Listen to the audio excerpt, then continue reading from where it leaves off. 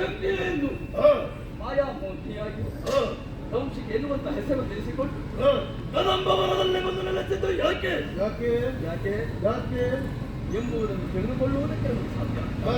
ದೇವಲೋಕವನ್ನು ಆಳಬೇಕಾದಂತಹ ದೇವತೆಗಳೆಲ್ಲ ಸದಚ್ಯುತಗೊಂಡು ಎಲ್ಲೋ ಹೇಗೋ ತಲೆಮೆರೆಸಿಕೊಂಡು ಬದುಕುತ್ತಾ ಇದ್ದಾರೆ. ಯಾಗ ಯಜ್ಞಾದಿಗಳನ್ನು ಮಾಡುವಂತಹ ಋಷಿಮುನಿಗಳು ಬ್ರಾಹ್ಮಣರು ಅವರ ಕಾಯಕವನ್ನೇ ಕೈಬಿಟ್ಟಿದ್ದಾರೆ.